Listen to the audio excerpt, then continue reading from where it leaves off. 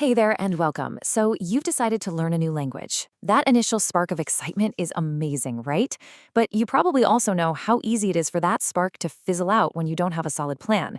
And that's exactly what we're going to break down today, a real roadmap to turn that language dream into a reality. I mean, does this sound familiar? We've all been there. It's got that New Year's resolution energy, that promise you make to yourself that this time, this is the year you finally get fluent in Spanish or French or Japanese. It's a great feeling, but we need a plan to back it up. And that's the million-dollar question, isn't it? How do you actually make it stick? Well, it's not just about gritting your teeth and having more willpower. It's about having the right strategy. And that's what this is, a clear, actionable roadmap built on the methods of people who have actually done this, polyglots and language experts. All right, so where do you even begin? We start with the foundation. Before you even learn a single word, you have to get your head in the right space. And the secret here isn't about how many years you study, it's all about how intensely you study. So check this out. It's a really powerful comparison. You've got learner A, who dabbles for about an hour a week. 2 years later, they're still stuck on the basics. Then you have learner B, who dives in for 10 plus hours a week and is actually conversational in a few months. Why the huge difference? It's all about something called density of exposure. High-intensity learning creates momentum, while low-frequency learning just means you spend most of your time relearning what you forgot last week. Okay, so you've got the mindset dialed in, you're ready for intensity. What's next? What's the first actual step you can take?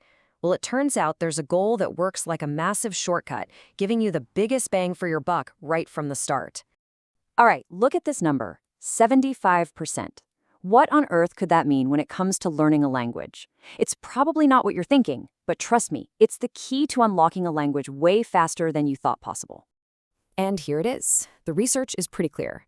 If you learn just the 1,000 most common words in any language, you can understand about 75% of a normal, everyday conversation. So the big takeaway here is this. Don't start with random vocabulary lists from a textbook. Focus on the high-frequency words first. It's the fastest way to become functional. Okay, so you're learning the most important words, and you're doing it with intensity. Now it's time to actually start using them. And the best part? You don't have to pack your bags and move to another country to get that immersion. You can build a language bubble right where you are. Seriously, you can do all of this today. Change the language on your phone. Follow some news outlets or influencers from that country on your social media.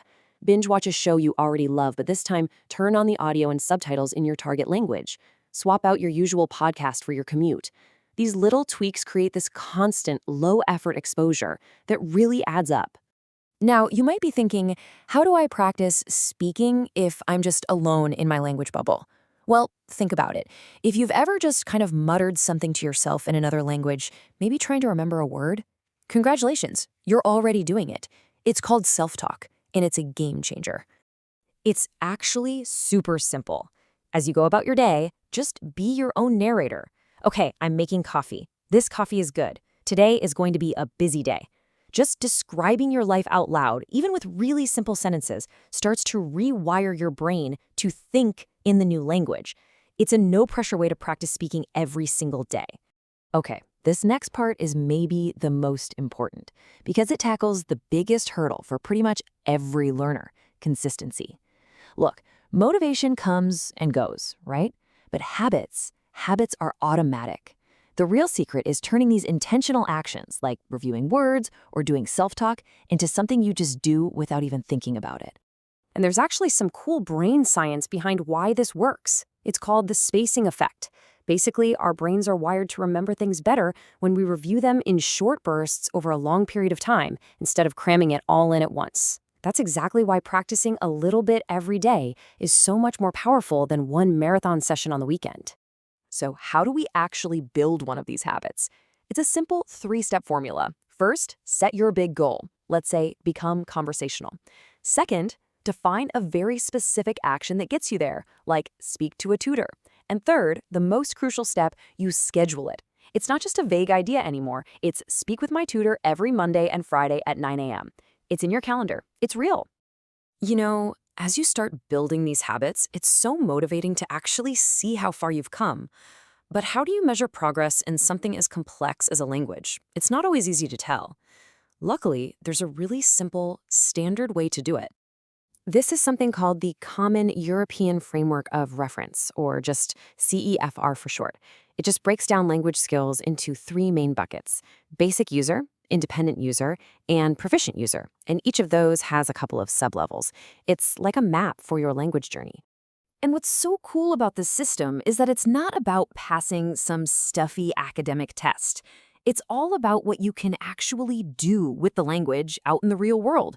Every single level is defined by these practical can-do statements. So for example, let's take a look at B1. That's the first level of independent user. At this level, you can jump into a casual conversation, you can share your opinions, you can follow what's going on. Suddenly, that big, fuzzy goal of becoming conversational starts to feel really concrete and achievable, doesn't it? And really, that's what this all comes back to, right? This whole journey, the mindset, the words, the habits, it's all about becoming that person you can picture in your head.